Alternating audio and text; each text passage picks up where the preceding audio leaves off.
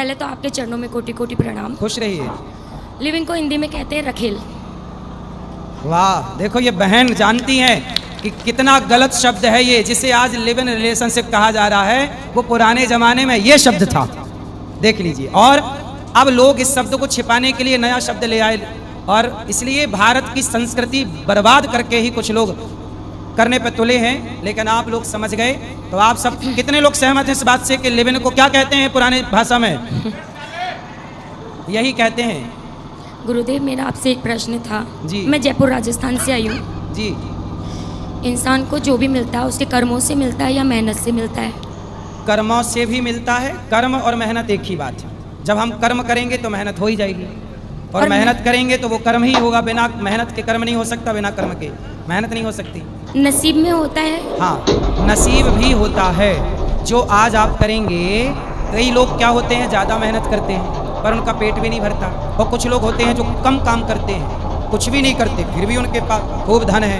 तो जो पिछले जन्म में व्यक्ति पुण्य करता है, वो पुण्य इस जन्म में उसे कम मेहनत से भी ज़्यादा धन देता है। तो उसका नसीब था कि पहले अच्छा किया था, आज उसको अच्छा मिल रहा है। और जो बुरा करता है उसे बुरा मिलता है, वो कितनी भी मेहनत करे परेशान ही रहता है।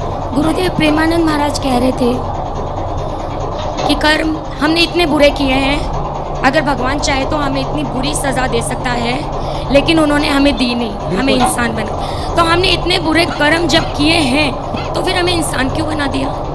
हमने बुरे कर्म किए हैं, इंसान इसलिए बना दिया कि अब मौका दे रहे हैं अच्छे कर्म करके आओ और 84 से मुक्त हो जाओ। 84 लाख किलोमीटर अच्छे कर्म करने के लिए विधाता ने यहाँ पर भेजा।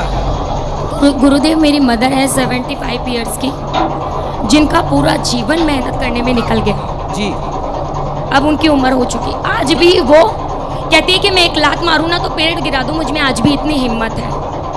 उनका पूरा जीवन मेहनत में निकल गया। वो महादेव की पूजा करती है, सुबह 5 बजे उठना और नहा धो के महादेव की पूजा करना। फिर भी उनके जीवन से अभी भी दुख जुड़े हुए हैं। ऐसे कौन से उन्होंने पाप किए हैं जो महादेव भी क्षमा नहीं कर पा रहे? किनको किनको क्षमा नहीं कर पा रहे? मेरी माता जी को। माता जी को बोलना, भगवान ने तो क्षमा किया है। बहुत पाप हो जाते हैं तो हमें जो दंड मिलता है, हमें लगता है कि बहुत मिल रहा है, जबकि वो हमारे पापों के हिसाब से बहुत थोड़ा है, पर ऐसा लगता है बहुत ज़्यादा है। तो आप अच्छे उनसे बोलना, भगवान का नाम जपें, कथाएं सुने, सन्मुख हों ही जीव मोहि जबहि। जब व्यक्ति आत्मसमर्पण कर देता है भगवान को, तो वो कितना भी बड़ा पापी हो, उसी समय पापी से पापी भी मुक्त हो जाता है। पापों से भगवान क्षमा कर देते हैं। अजामिल जैसा पापी नाम लिया, मुक्त हो गया कि नहीं सारे पापों से? ऐसे।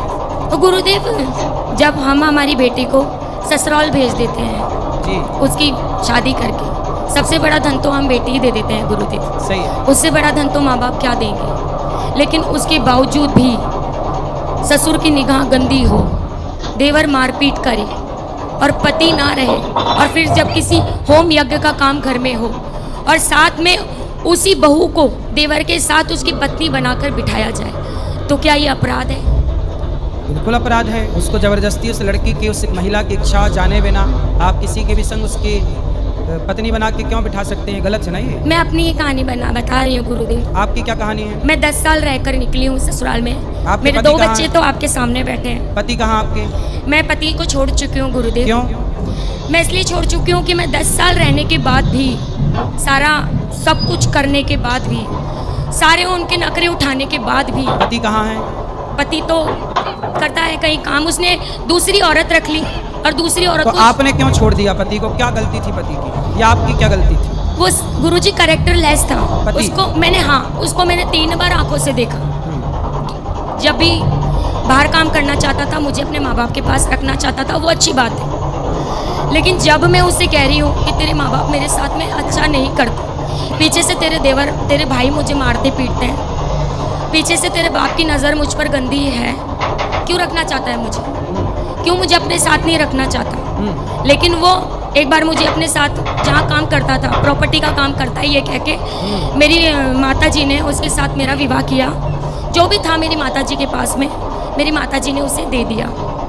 वो ज़्यादा धन मांगते थे, बाद में उन्होंने डिमांड की, वो मेरी माता जी के पास में नहीं था। उसके बाद में फिर मैं जब ज़बरदस्ती उसके साथ गई, वो जहाँ काम करता था, वहाँ उसके साथ में मैंने एक लड़की को देखा। वो पहले से रह रही थी उसके साथ। फिर वो मुझे देखकर भड़क गई कि इसकी वाइफ आ गई अब तो। फिर उसके बाद में उसकी गंदी बात मेरे सामने आई कि वो उस लड़की को यूँ कहकर टॉर्चर कर रहा था कि अगर मुझसे फ्रेंडशिप नहीं करेगी तो तुझे यहाँ से नौकरी से हटवा दूंगा। वो रोकर उस लड़की ने मुझे ये बात बताई।